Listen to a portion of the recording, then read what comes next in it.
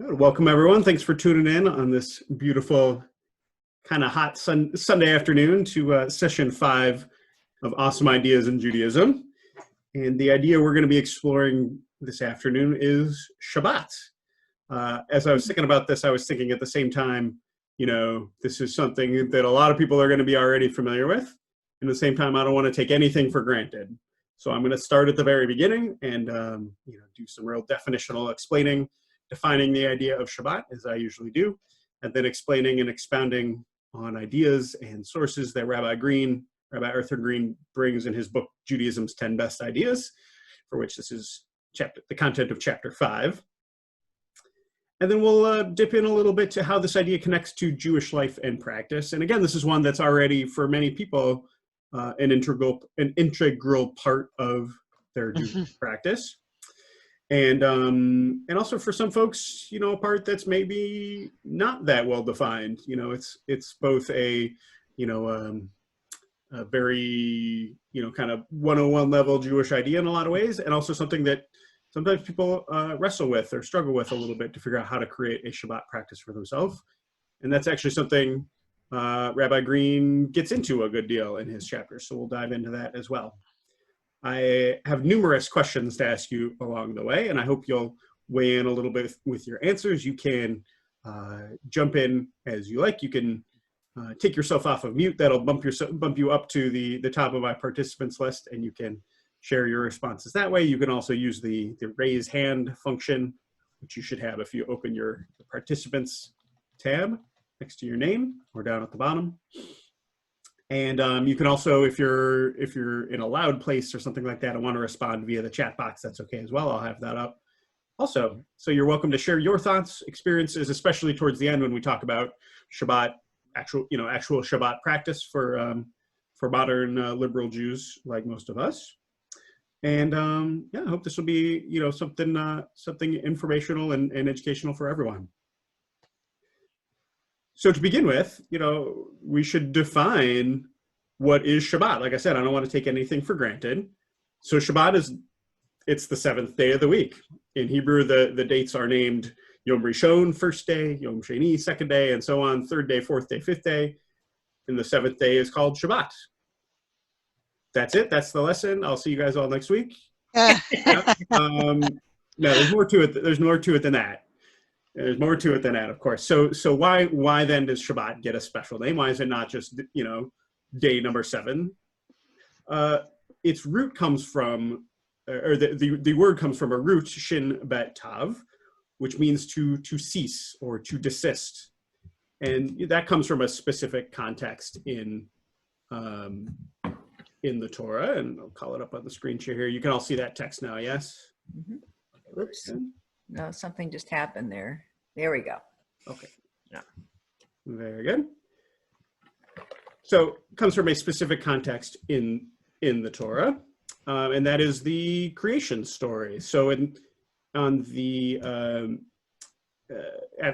the 6 days of creation, when God did all of the, created the, separated light from darkness and water from earth, and created all the plants and all the animals and the humans, God ceased from that work. And we read here in chapter 2, right at the beginning of chapter 2 of Genesis, the heaven and earth were finished in all their array.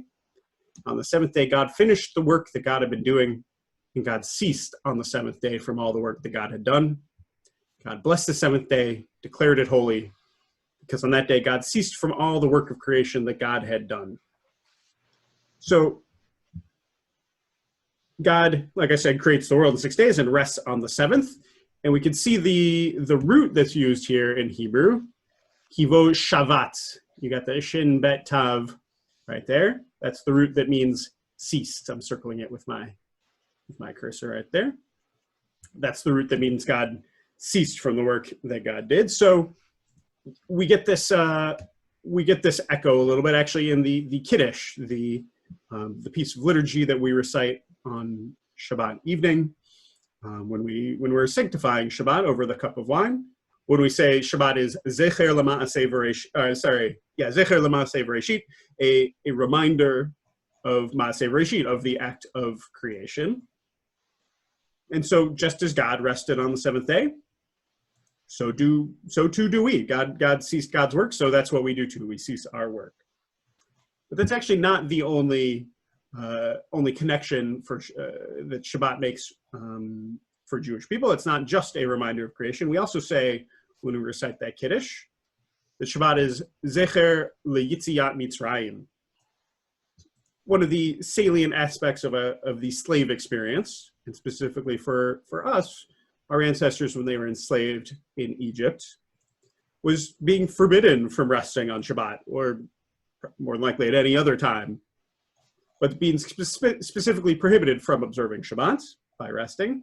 And therefore, we also say Shabbat is Zecher L'Tziat Mitzrayim, a reminder of the exodus from Egypt. Now that we're free to rest on Shabbat, we must ensure also that everyone else we're in charge of has the opportunity to rest. And this is mentioned in multiple places in Torah, but I pulled a text here from the book of Deuteronomy, chapter 5, verses 12 to 15, where it says, "Observe the Sabbath day and keep it holy, as the Lord your God has commanded you. 6 days you shall labor and do all your work, but on the seventh day is a Sabbath of the Lord your God. You shall not do any work. You, your son or daughter, your male or female slave, your ox or your ass, or any of your cattle, or the stranger in your settlements, so that your male and female slave may rest as you do." And it says explicitly, link that resting to your memory of time spent in Egypt. Remember that you were a slave in the land of Egypt, and the Lord your God freed you from there with a mighty hand and an outstretched arm.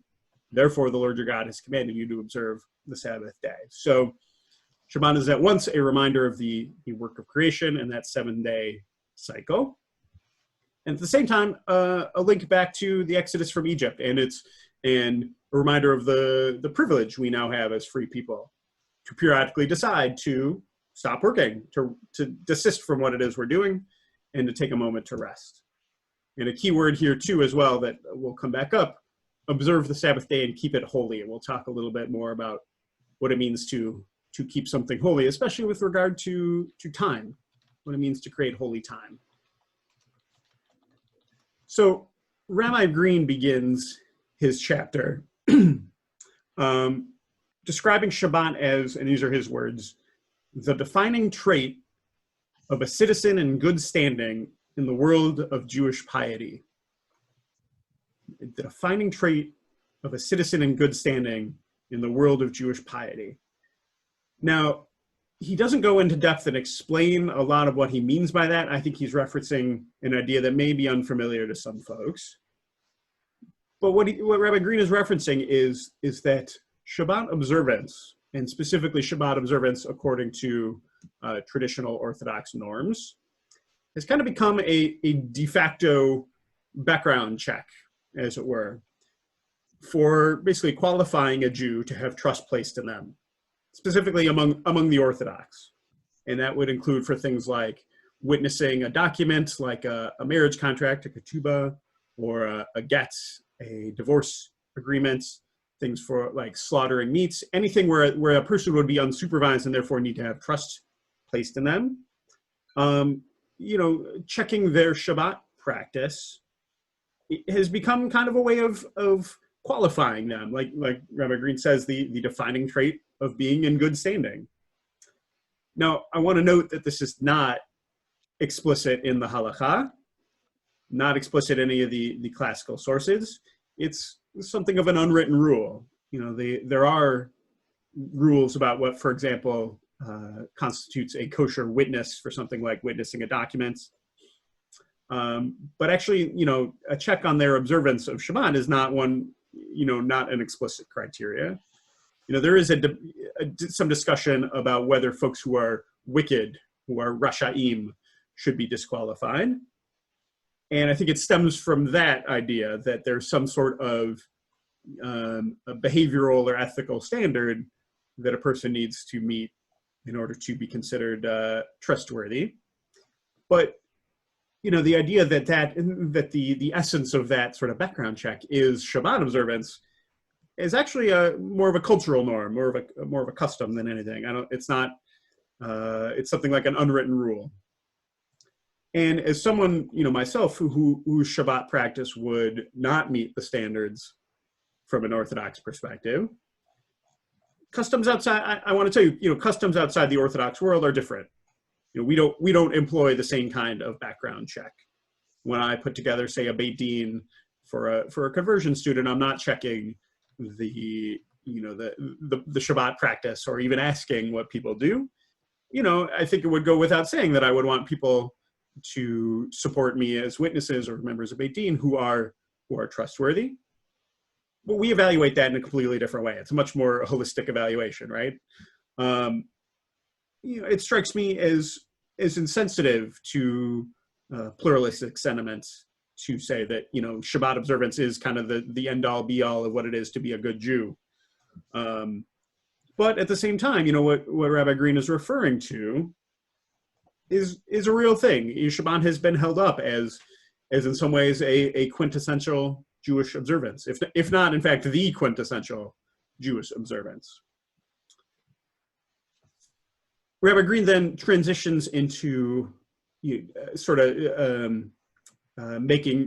a real example of that kind of quintessence that Shabbat has for Jews by telling sharing a story about two famous rabbis, Rabbi Meir and Rabbi Elisha ben Abuya, who is known in the sources as Acher, simply the other. So Rabbi Green tells the story, and I wanted to share the text here in case it's not something familiar to you. It comes from the Babylonian Talmud, Tractate Chagiga on page 15a.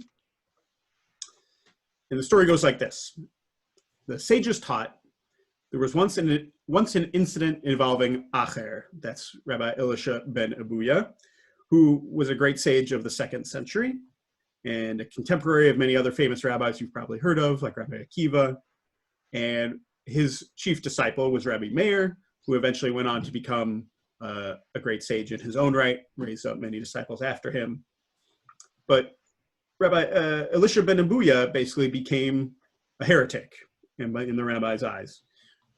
It's not totally clear what he did or what prompted that, but in some way he stopped following the rabbinic form of religious observance, stopped taking seriously rabbinic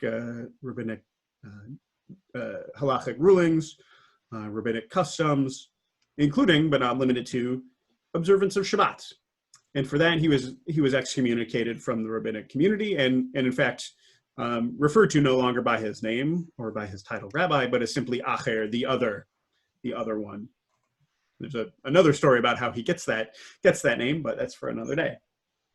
So there was once an incident involving Acher, who was riding on a horse on Shabbat. So already, actually, he's left the customs of rabbinic observance of Shabbat. We'll get into. Actually, we can, if we remember, we can touch on a little bit later why riding a horse on Shabbat would be prohibited. But in any case, that's already outside the norm. He was riding on a horse on Shabbat, and Rabbi Meir was walking behind him in order to learn Torah from him. This is a really interesting story. We learned this in a class in rabbinical school where we were discussing what it means to be a valid teacher of Torah. There's the rabbis sort of question, how could Rabbi Meir continue to go on learning from Acher? It's a very interesting discussion, but not where we're going today. But in any case, this is what was happening. Rabbi Meir was walking along with him. They were discussing matters of Torah. And after a while, Acher said to him, Meir, turn back, for I have already estimated and measured, according to the steps of my horse, that the Shabbat boundary ends here. And you may therefore venture no further. Rabbi Meir said to him, you too return to the correct path. Or simply, the correct path is added there. He simply says, you too return, you too come back. Very, very meaningfully. He said to him, but have I not already told you that I have already heard behind the dividing curtain, return rebellious children, quoting a verse from scripture, apart from Acher. So there's a lot going on here. Rabbi Meir is clearly making a statement with double meaning. Says you come on back too from the Shabbat boundary, but also in a broader way. Come back to being part of the rabbinic community and observance according to rabbinic custom. And Rabbi Acher's response is, I've already heard what's behind the curtain. In other words, what's going on in the heavenly realm among God and the angels. return rebellious children. We want everyone back. He's quoting a verse of scripture here. He's saying that verse doesn't apply to me. All the other rebellious children are welcome back, but I have somehow burned the bridge in a way that I'm no longer welcome back.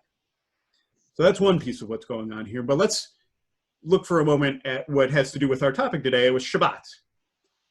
So we've encountered this phenomenon where there's a limit, there's a boundary on how far a person can go on Shabbat.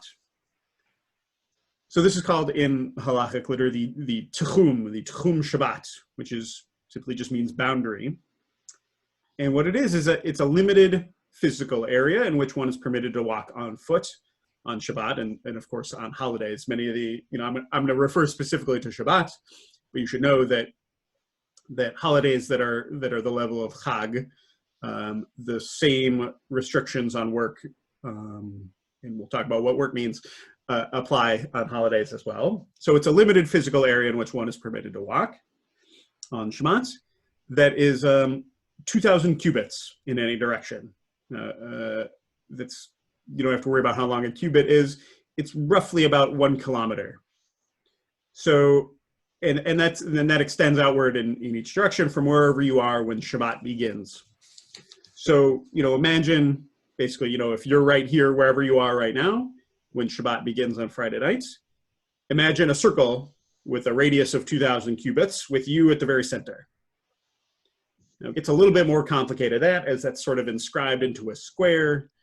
And if you're inside a city, you sort of take the largest rectangle that a city could fit into, and that's the Shabbat boundary. So it gets more complicated because of course it does. But that's the basic idea, is that there's 2,000 amot, or 2,000 cubits in any direction that one is allowed to walk. The scriptural source for that is this verse in Exodus, which I've showing you here on the screen, source number 4, where it says, "Mark that the Lord has given you the Sabbath. Therefore, God gives you 2 days' food on the 6th day." Now, that's a reference to the provision of manna in the wilderness, the kind of miraculous food stuff. I don't know exactly what it is, but that God provided to the children of Israel as they wandered in the wilderness. And the way the story goes is a double portion was provided on Friday, so people would collect enough on Friday, so they wouldn't have to do any collecting on Saturday, because collecting manna was prohibited on Shabbat, along with all other work. So God gave 2 days worth of food on Friday, the 6th day. "Let everyone therefore remain where they are." And this is the key line, "Al yetzei ish mimkomo," let no one leave their place on the 7th day. And so that's interpreted to mean, what is one's place? Well, it's that place where you are at the beginning of Shabbat. What does it mean to leave that? Through the process of interpretation, they decide you have 2,000 cubits in any direction that you're able to go and move about. So, we've introduced here the concept of regulations that actually govern permitted and prohibited behavior on Shabbat, as derived from biblical text sources. Now, this is to a great degree a matter of interpretation, because the Torah doesn't actually say very much about what we're allowed to do or not do. There's only a few specific commandments. One is no gathering manna. That's obviously not an issue for us. There are a few other things, no starting fires, things like that. So most of the rest of Shabbat observance and the rabbinic ideas about what's permitted or not were developed through this process of interpretation. Now, the one thing we do know about what is prohibited on Shabbat, we know we're prohibited to work, right? What does work mean? If we're supposed to desist from that, what does that mean for us? So I'm curious. Just let's do a brief out loud brainstorm from your perspective, based on the way we use work in contemporary American society. What is work that we might consider desisting or ceasing from on Shabbat? You can share something in the chat or go ahead and say it out loud. I saw maybe Leah, you popped up to the top of my list. Do you want to go first? No, I just was unmuting myself. Oh, okay. Okay, who wants to take a shot? Peg, go ahead. I'll take a shot. Well, In Hadassah, we have a rule that we are not allowed to use the Hadassah email account on Shabbat. Okay. So the interesting thing is, I mean, many of us are not Shomer Shabbos, Uh-huh. but the term is developed Hadassah Shabbos. Okay. Yeah. So in other words, so one example of work within that framework is email, right? Yeah. Good. Okay. So Or no Hadassah work in general. okay. So no work on Hadassah behalf of Shabbos. the I see. So work on behalf of an organization. Right. Which right. in your case is volunteer, I believe. Yes, but Right. could well mean a person, the company you work for, Mm-hmm. company you own, right? Something like that. So no, sure, okay, great. Yeah, work is anything done you do on behalf of an organization, professionally or volunteer. Very good. What else? What other ideas about work? Holly says in the chat, physical labor. Good, absolutely. Just one example. I certainly consider work to do things like mow the lawn, take out the garbage, right? Absolutely true. What other modern work concepts do we have? Not driving. Driving? Not Okay. handling money. Yeah, earning money. Ah, yeah. okay, good. Okay. So let's set aside driving for a second. Earning money is a good one. That's related to the idea of working for for a wage. business or company. But yeah, somehow turning a profit. We call our job our work frequently, right? What we do to earn money to provide for our families. Kaylee suggests housework. Absolutely. I mean, it's right there in the name, right? Cooking, cleaning. Yeah, that's definitely work in terms of care for the home within a modern definition. Fixing something. Holly says, yeah, chores. Absolutely. I'm sorry, who said fixing something? I said fixing something. Oh, Rachel, very good. Yeah, fixing things. I could see that being work. To me, that feels like work. Yeah. You Well, may call that something like maintenance in all sorts of ways, right? Also, taking a life in that not cutting flowers on that day, not picking fruits, because you're taking something that's alive and ending its life. Okay, Amy, I can tell you're thinking of already, within, a Jewish religious framework. Sorry. Would you, I mean, I was trying, yeah, no, I mean, that's good. That's okay. Yeah. I'm trying to get us to think from within the modern world, if you're trying to explain, talking with a non-Jew about what it means to work. I don't know if they would maybe consider yard work to be work, but just the act of, picking a flower, they wouldn't necessarily think that, right? Not listening to all the things in the news about what's going on now. Maybe. Although So I think for a lot of folks, that might be, they might do that while reclining on the couch or something like that. But maybe it's a mental rest. So you're taking a break from things Right, that that's what I are think. stressful. Yeah. So taking a break from stress. Okay, Right. I can see that to That's some what I extent. think. Yeah, that's a certain kind of mental labor. I would say that's true. Yeah. Or emotional labor. Yeah, sure. Emotional labor. Yeah. Yeah, that's absolutely true. Good. Okay. So we sort of have this concept of what work means in contemporary American English. And, we see that's how the translations of passages like this one from the creation story, that's what the translation says, the work that God had done, right? Even though we're specifically talking about the act of creation, which is not something that I am personally capable of doing at all. And I would presume that none of you are either, in the sense of creating universes. Nonetheless, we're just limited by our language, and specifically by English. We're calling that work, or, you could use labor, but I'm not sure that's materially different. I'd say the only other, use of work in a modern context that we haven't mentioned is that if there's work in like a physics sense, right? It's like force multiplied by distance or something like that. Am I remembering my high school physics right?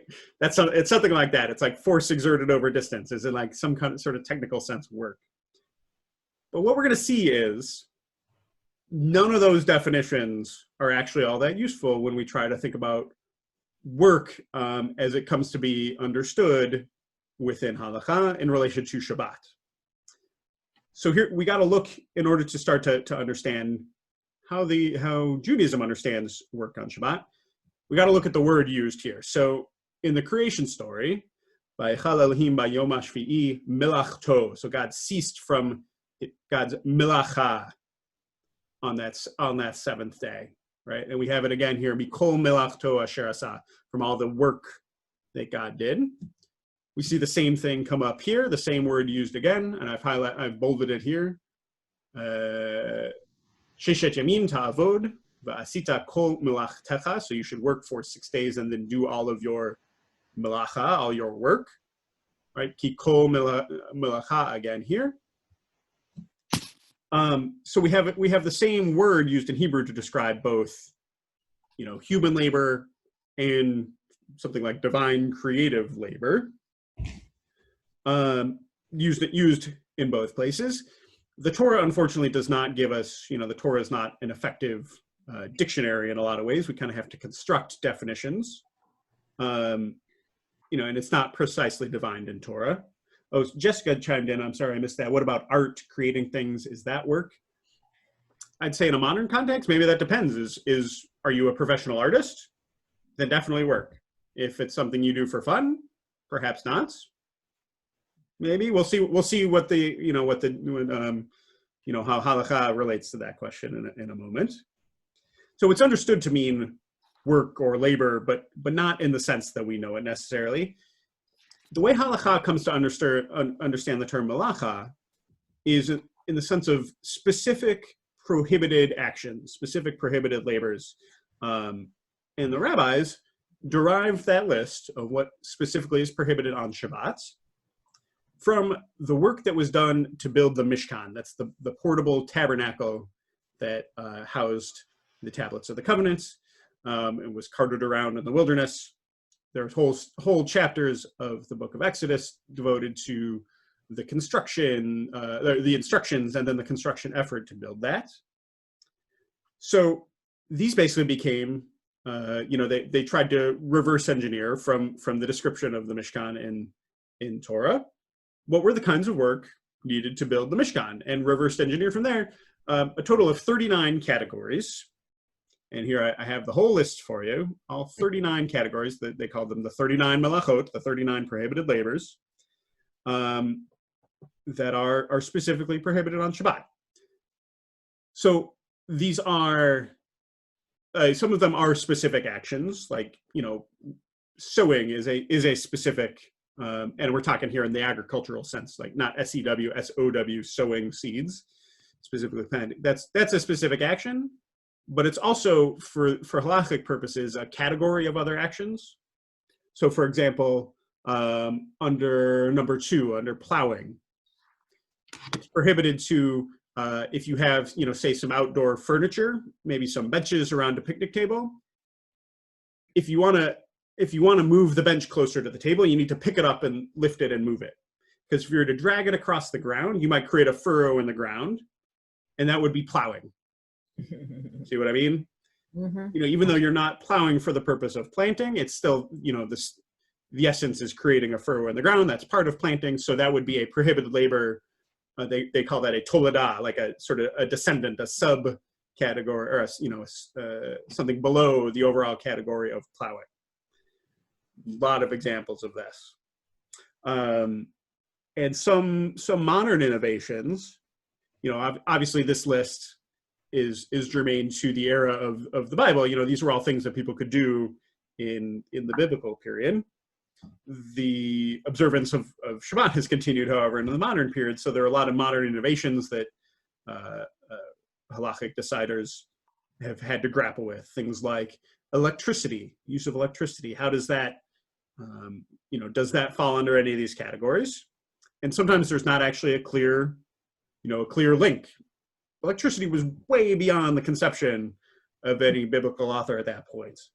So depending on who you ask, some people put electricity under category number 37 there, kindling a fire, because in the way that electricity is, I think, kind of physically reminiscent of a fire. It emits lights, sometimes heats, right?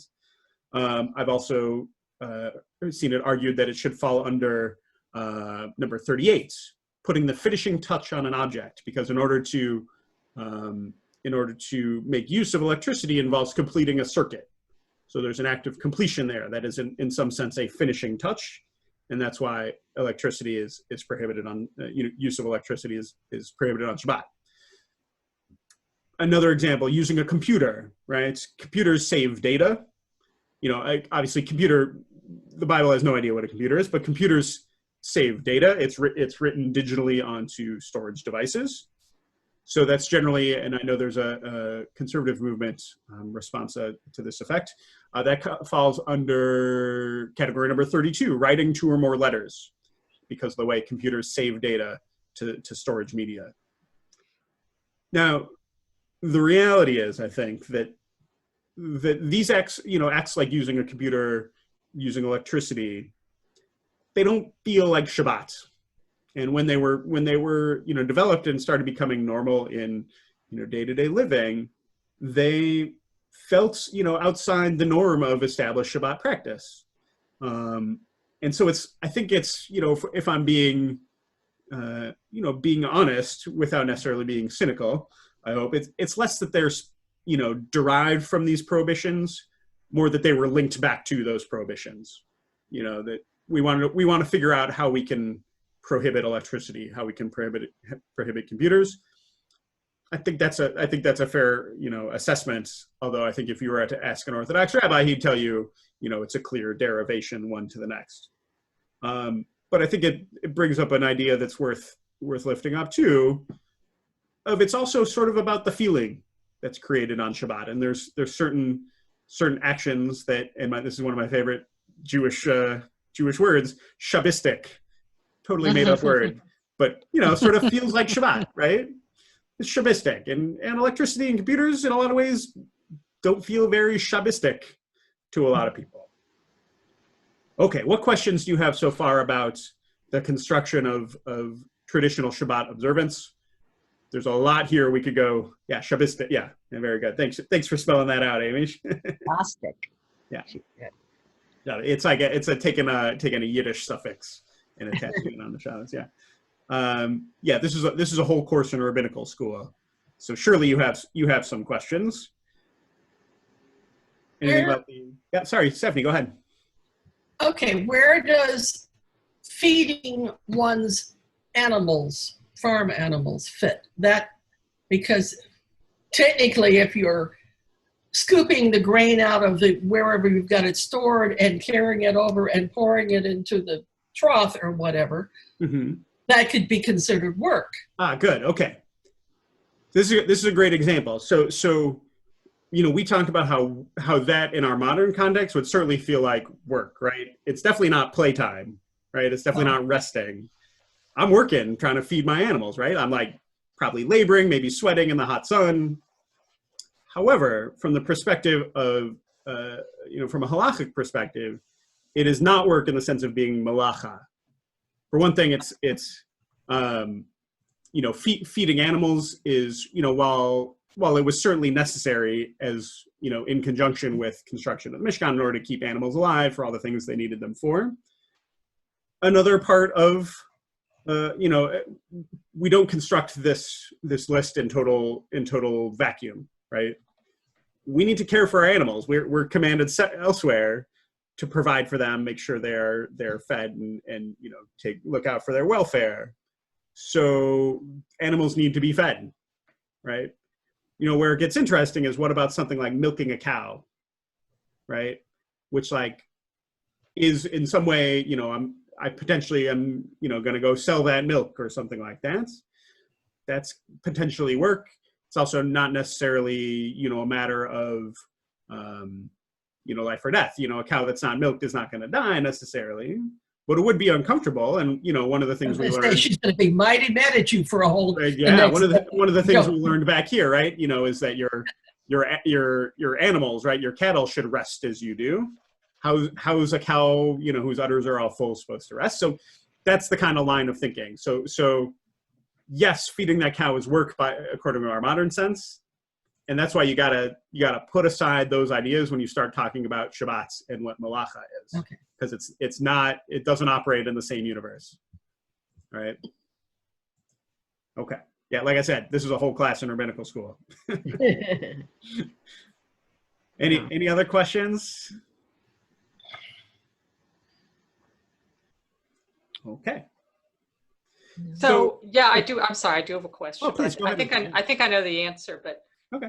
so if you can't tie, you can't put on your sneakers and go for a walk, or Uh-huh. you have to wear not shoes that don't have shoelaces if you are observant.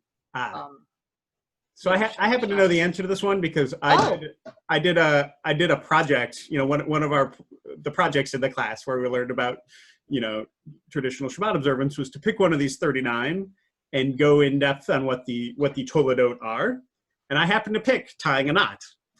So I know that one of the things that determines what constitutes a knot or not is how permanent it is. And part of that has to do with your intention when you tie it. There are knots that you tie, things like, sailors tie knots that are supposed to stay in place for an extended period of time, somewhere between, days and forever, right? There are also knots that we tie, like on our shoelaces, that are designed to be temporary. When I tie my shoes in the morning, implicit in that act is that I'm going to untie them when I come home at the end of the day.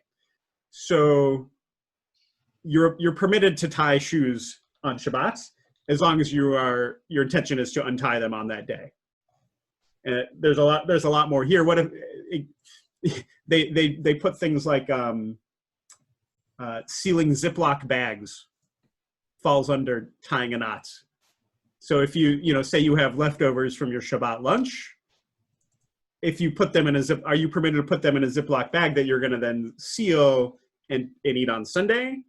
The answer is no, because you're planning to undo that knot, but after the end of Shabbat. So twist ties are another gray area too. Is that a knot? What counts? So What if it's a very in-depth discussion. The bottom line to answer your question is you're allowed to tie your shoes, but not if you're planning to wear your shoes until Sunday morning or something. can you, right before Shabbat ends, can you go open all the Ziplocs and then reclose them?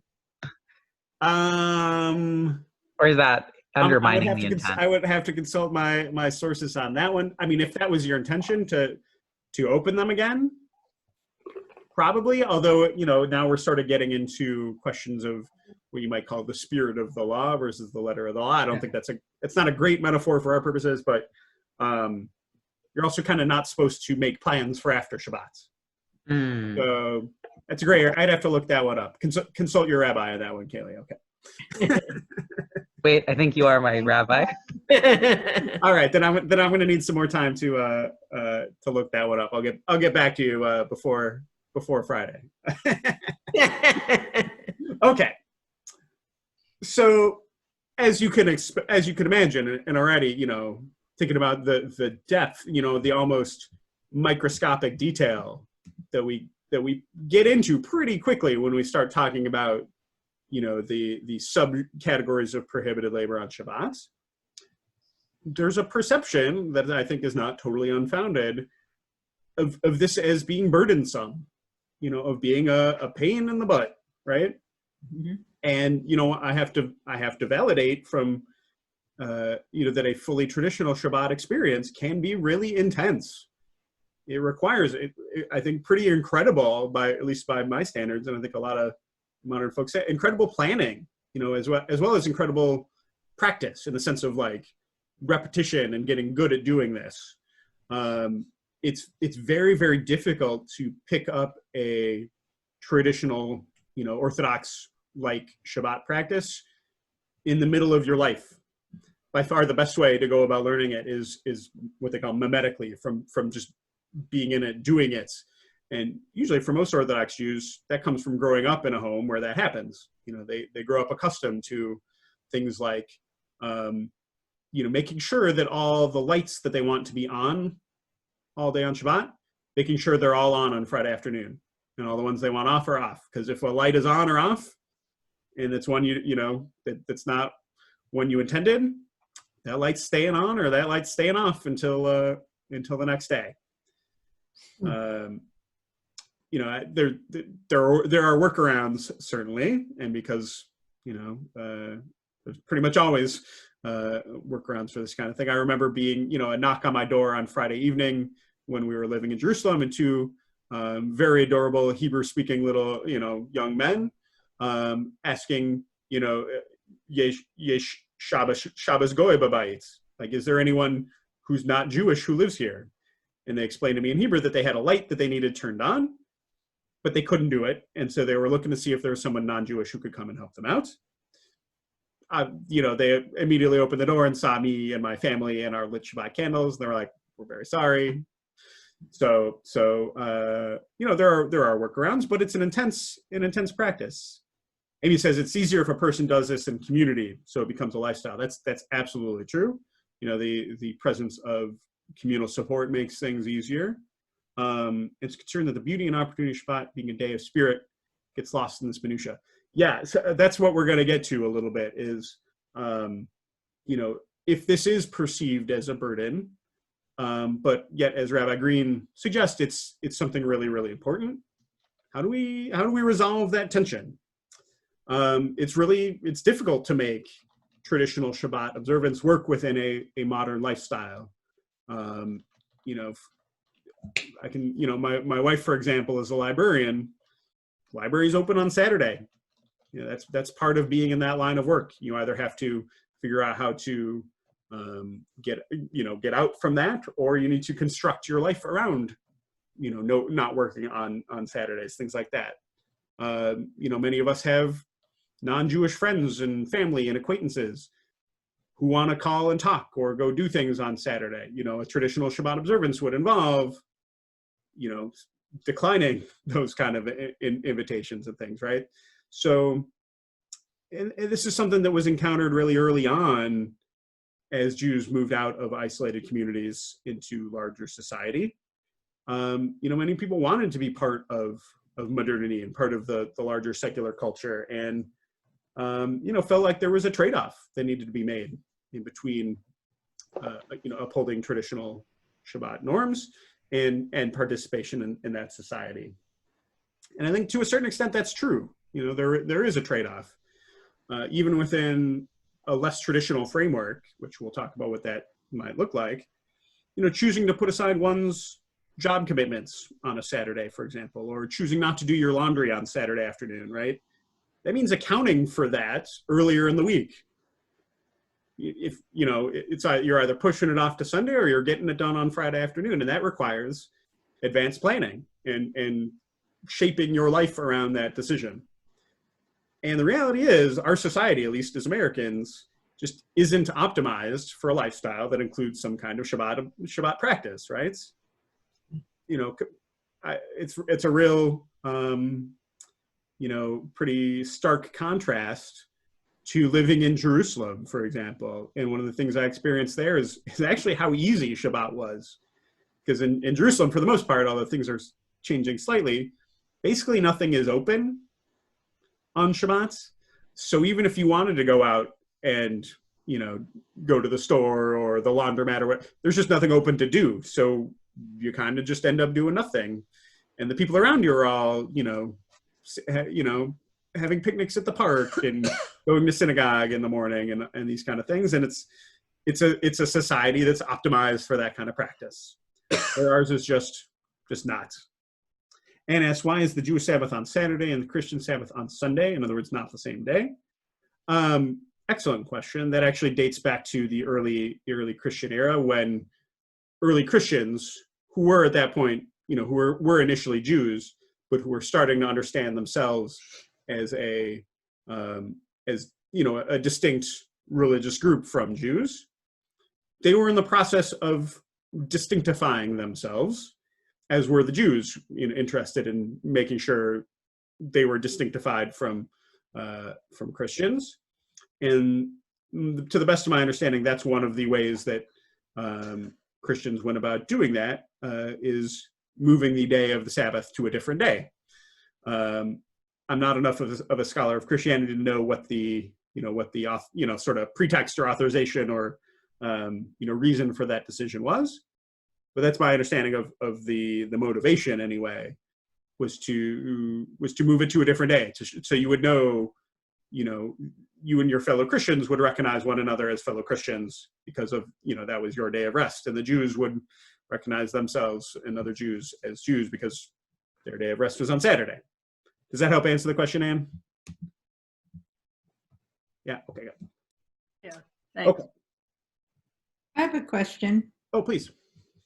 And, you know, it may be a personal question that you may not want to answer, but rabbis earn their living by doing rabbi things. Mm-hmm. And what about leading services on Shabbat? That's a real good question, isn't it? Because, you know, within a modern framework, what I do when I'm leading services is my work, in the sense of it being my job. It's, you know, so it is difficult. It is difficult that way sometimes to reconcile, you know, that modern sense of work with work in a halakhic sense, right? So, for, you know, even if I'm, you know, was walking the synagogue and not touching any of the light switches on the way in, it would still sort of be, in some ways, be work, because it's, you know, it's what I'm paid. It's, you know, what my salary pays me to do, right? So, yeah, it can be a challenge sometimes to reconcile that. I've gotten some good advice from others. I mean, it helps that, for one thing, you know, it's not, you know, the halakhic sense of work is different from the modern sense of work, as we said. You know, but the way that really impacts a rabbi's life, we'll talk about what it means to rest on Shabbat shortly. But, you know, it's time that is spent away from family and spent, you know, not resting necessarily as you know, as we would commonly understand rest. So frequently what that looks like is finding time to do, you know, to spend time with family outside of Shabbat.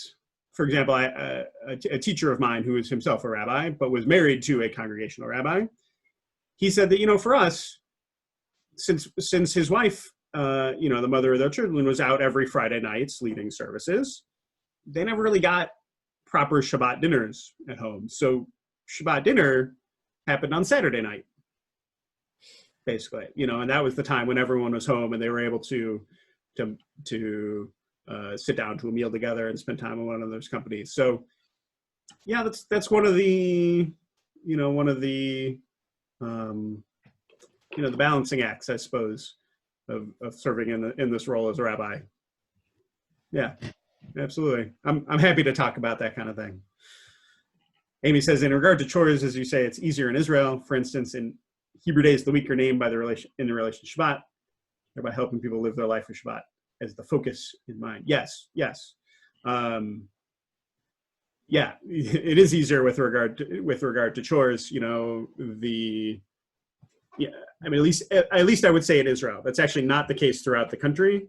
You know, if you go to Tel Aviv on Shabbat, you see a bunch of secular Tel Avivniks sitting in cafes drinking coffee, and stores are open and people are shopping and things like that. It's different there. Certainly in Jerusalem, it's easier because, you know, the laundromat's not open. You couldn't do your laundry if you wanted to, that kind of thing. Yeah, but even in the secular parts of Israel, like Haifa and Tel Aviv, and, you know, and some of the places in the north, certainly not Tzfat, you know, it's Shabbat. Like even on a Friday afternoon, there's what Steve and I call a Shabbat jam, the traffic jam. Everybody rushing to get home because everything closes at 1 o'clock. You know, and then so you drive your car, you go to walk down at the beach, you know, and people are sitting there in cafes and ordering all sorts of stuff. But and then on the radio, you know, it's like it's the Shabbat music. So it's true. Even if you're secular, you know it's Shabbat. Yeah, it's more in part of the culture. Mm-hmm. Right? Yeah, absolutely. Right, and also when you say a day of the week, it is just a reference. It's referencing Shabbat. Yom Echad, Yom Shnaim, Yom Shabbat. You always sort of know exactly how far out you are, right? Mm-hmm. Yeah, it's like it's literally kind of it's the focal point of the week. Like it all leads up to it, right? Yeah, that's a Right. good point. And it is for families too. Oh, absolutely. Yeah. Okay.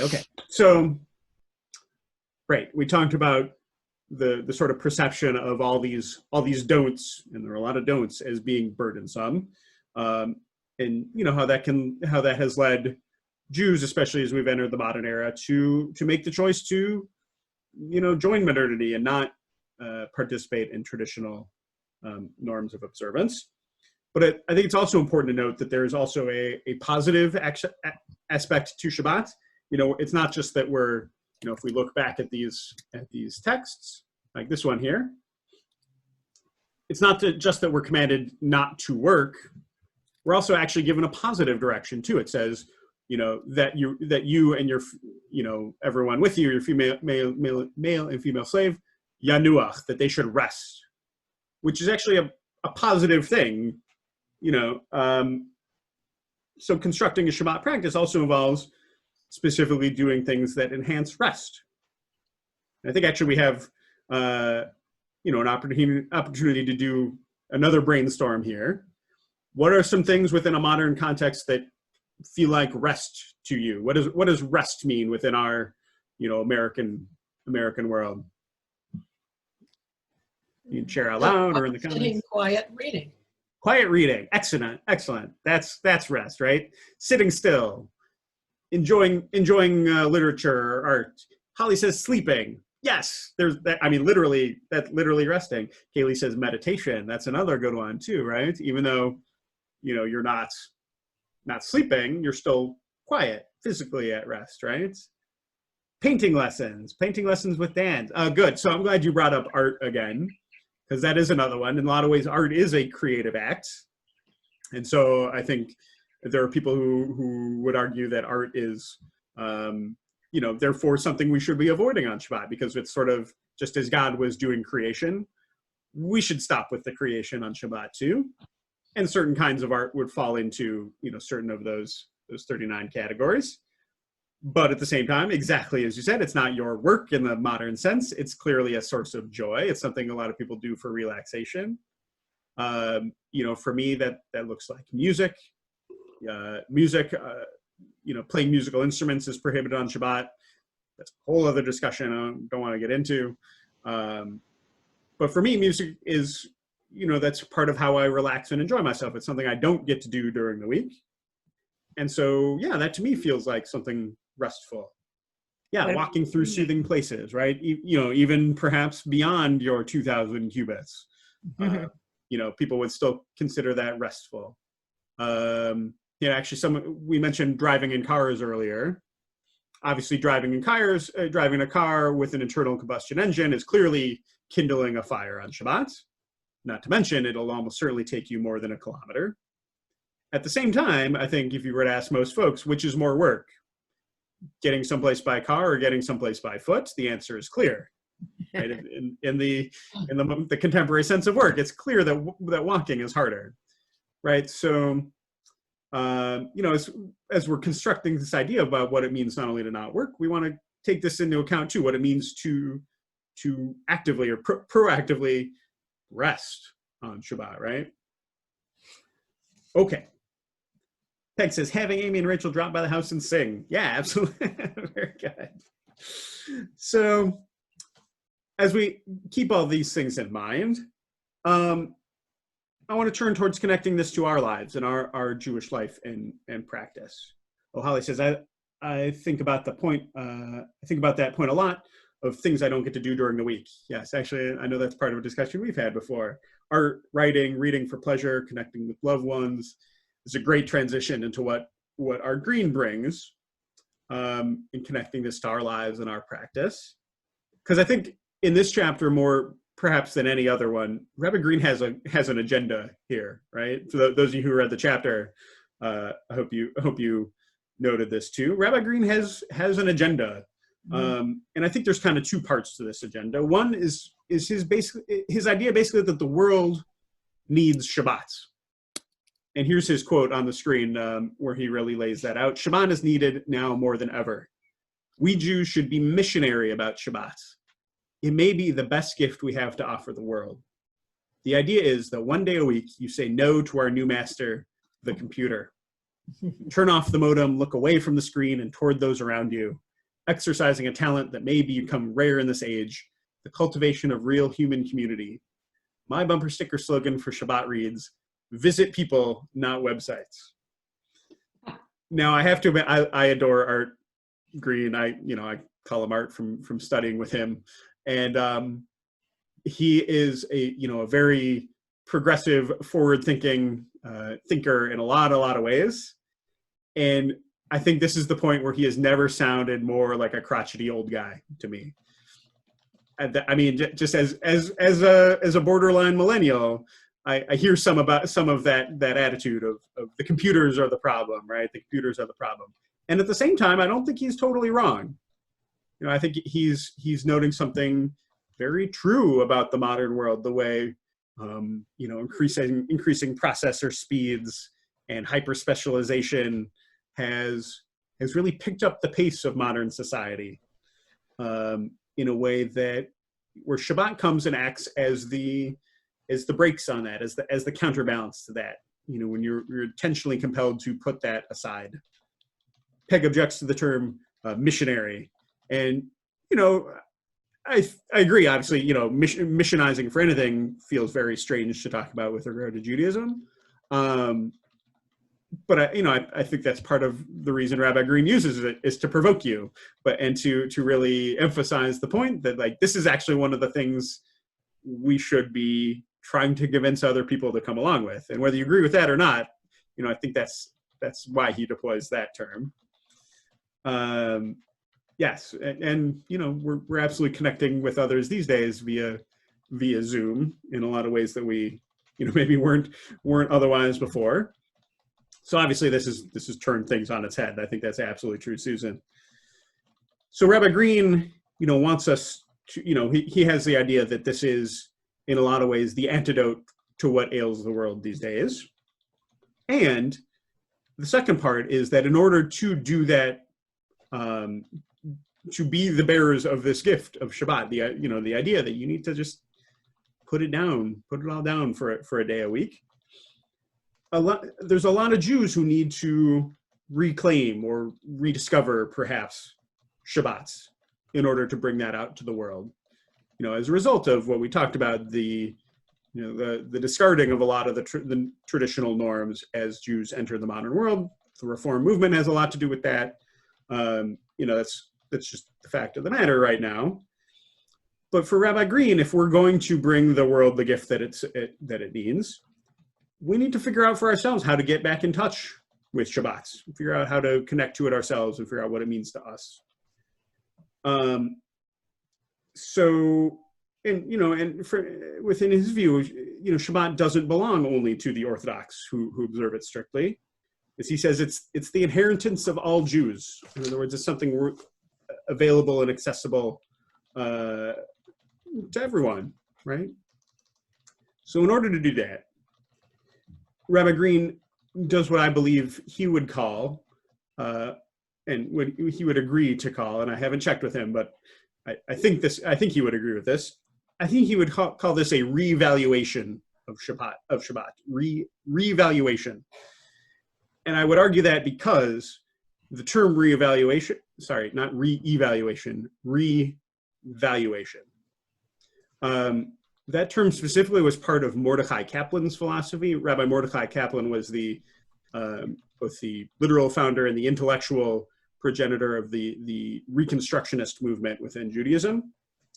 And within his philosophy, revaluation means disengaging the most universal, ethical, humane elements from traditional contents, and then integrating them into new ideology. And Rabbi Mordechai Kaplan founded the Reconstructionist movement. Rabbi Arthur Green was the dean and president of the Reconstructionist Rabbinical School in the late 80s, early 90s. So I'm pretty sure whether he, understands what he's doing here explicitly as reevaluation or not, I think that's what he's doing. And what I mean is he's basically isolating the quote unquote value of Shabbat, what's the universal, ethical, humane element of it, and then integrating that with a new approach. And, you know, I think he would argue it's something along the lines of cultivating real human community is the essence of Shabbat in his mind. So how can we do that within a new ideological framework outside of the established norms of these 39 melachot? Well, as he says, you know, the rabbis paved the way for us, even though we're not going to necessarily follow exactly what they said. We can emulate their process and learn from their process in a lot of ways. So the rabbis understood that all holiness comes from God, and holiness is manifest in the world when we basically set something apart. We set something aside for a special purpose. You know, meaning godly purpose, right? And in fact, that's the meaning of the roots in Hebrew for holy. Kuf daled shin, kodesh, literally means to set something aside for a specific purpose, to sanctify it, to you know, make it special for a particular purpose. And you know, we do this in the spatial realm already. Synagogues, for example, are holy places because they're set apart in, you know, key ways from other buildings. They contain our Torah scrolls, right? That's where we go to pray. They're designed, you know, frequently facing east. You know, that it's their difference from other ordinary buildings that makes a synagogue a holy space in some ways, right? Jerusalem is a holy city because it's special to us among cities, right? We can go on and these kind of things. How do we make those things holy? With rules and with definitions, right? Why is Jerusalem a city set apart from other cities? Because we've defined it that way, right? We've defined it as the center of Jewish religious life. And we've created rules about, you know, what goes on there, right? That, you know, it's the focal point of prayer, things like this. You know, quintessential example Rabbi Green brings is in fact the Mishkan, that tabernacle in the wilderness. It's just a box, but it's the rules for its construction that are what make it set apart from other structures. The fact that we have rules that govern its shape and its size and its materials that come to us through our sacred texts now makes it not just a box, but a special box constructed in a specific way for a special purpose and defined as such. Now it's a holy box, right? So we do this in the physical spatial realm in terms of creating holy places and holy objects. And we also do it in the temporal realm. And here Rabbi Green cites, you know, a very famous 20th century a Jewish thinker and philosopher, Rabbi Abraham Joshua Heschel, who called this idea architecture of time. You know, just as we use architecture to construct holy spaces in like a synagogue or the Mishkan, we use architecture in a way to construct holiness in time. And we set apart particular periods of time for a special purpose in order to make them holy. Shabbat, for example, holidays. How do we do that? Basically the exact same way, with rules and with definitions. You know, what can or cannot happen on those days. You know, the definition of when it starts and when it ends. And we see that with Shabbat.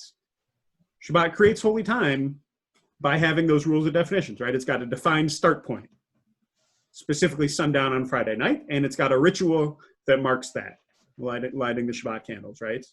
And it's got a defined endpoint, 3 stars on Saturday evening, and a defined ritual that marks the end with Havdalah. It also has rules about what goes on during that period. That all serves to create holiness, right? That set apartness for Shabbat versus all the rest of the days of the week. So what Rabbi Green does is take that value of holiness in time and integrates it into a new approach that I think works for us, in a lot of ways that the 39 Melachot don't. And that approach, which I think to a lot of modern ears feels somewhat arbitrary. Rabbi Green's proposed approach tries to be less arbitrary, I think, in that way. So I want to move towards concluding our discussion by taking a look at these 10 pathways towards a new Shabbat. And this is lifted straight from Rabbi Green's book at the end of the 5th chapter. If you've not gotten a chance, that you haven't read the book, go ahead and take a few moments to look them over. He proposes five do's and 5 don'ts, basically. 10's a pretty significant number for Jews, and I think that's deliberate here. But he presents what he calls a simplified Shabbat model, incorporating both do's and don'ts in the same way that traditional Shabbat practice incorporates don'ts, in terms of malachot, and do's in terms of pursue things that are restful. So take a few minutes to read them over if you haven't already. And I'm curious, as you come to any realizations, or if you've looked at them already, how do you relate to these suggestions? Do you feel like they correlate to your understanding of work, in the sense of something to be avoided, and rest in the sense of something to be pursued? And if so, how? Peg, you say number 8, don't use the computer. You gave me a yes with an exclamation point. Do you want to say another sentence about how that strikes you? Please. Yeah, I had to. Yeah, well, my life is computer intense. mm-hmm. And it's difficult because even some of the various things I look at on Shabbat are actually Shabbat oriented, and now everything's on Zoom. So, True. This has never been blurrier than yeah, absolutely true. Yeah. Yeah, I certainly is. I'm sure my son is laughing at me. Turning off the smartphone? Don't think so. mm-hmm. But not purposefully going to the laptop or my tablet. I'm willing to work on that one. Going a day without checking messages, that could be a big relief. Yeah. I mean, so what I want to kind of lift up from what you said is the way that feels like it feels more in line with your understanding of work and rest, right? And I think that's sort of the key disconnect that Rabbi Green is trying to address here, is that the construction of the Mishkan is just not of a real enough sort of concept in our lives to relate to as directly as we can relate to something like this. That's clearly work in the sense that we talked about all the ways that we understand work, right? And pretty much everyone uses a computer for their job in some fashion, right? Mm-hmm, mm-hmm. Very good. Any others that jump out for people? I find 1 and 2 are sort of contradictory in that the first one says, do stay at home, yet the second one talks about going to synagogue. Ah, good. Okay. Oh, okay. Oh, you want to point out that contradictory. Yeah. So. Yeah. Oh. It's certainly it's made more complicated in the pandemic world. I think we gotta act as if we're discussing this under more normal circumstances. But I think that's, brings up a good point. Can these sort of coexist? I mean, I think those both strike me as things that are in their way restful, right? Home time with family and friends, and also time out with family and friends, and spent in as a guest in someone else's home or at the synagogue, right? Those both feel to some extent like rest. I think one of the kind of beautiful things about this is, like, you don't necessarily have to check every single box all at once. Like, they're both independently worthwhile things to pursue. At least that's my take. Weren't some of these developed? I mean, Rabbi Green, I would guess he's an urban cat, right? He lives in Boston, yeah. Okay, I think right now he's stuck in Jerusalem right now, as a matter of fact. Stuck in Jerusalem, Yeah. Poor guy. Yeah. It's easy to walk to shul in urban areas. You can choose where you live a little easier. Mm-hmm. Yeah. Especially if he right. lives in, was it Newton, like Right. in Boston. I mean, my God, they're all over the place. Jerusalem, Right. They're all over the place. That's true. He does live in Newton normally. So Yeah. he's not quite thinking of us semi-rural or rural folks. Yeah. And I think he would even admit that this is not designed to be, a magnum opus, like comprehensive Right. treatise on this Right. kind of thing. He's trying to express some values, and it's going to look different what it Mhm. means to do or not do any of these things, dependent on all your circumstances, right?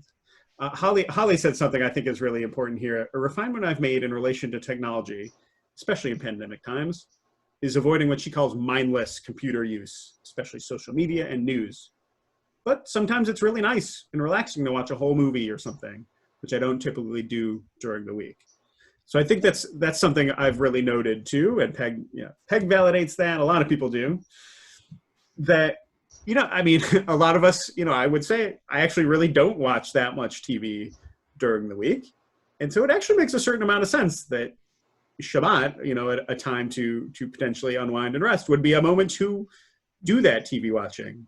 And that's one way that this kind of framework relates to our sense of work and rest a lot better, because that would obviously be prohibited under, use of electronics, under the 39 melachot, but fits much better within a modern sense of what's work and what's restful. And I think especially the mindful mindlessness is an interesting balance. And there's some ways that, it's positive to be more mindful on Shabbat.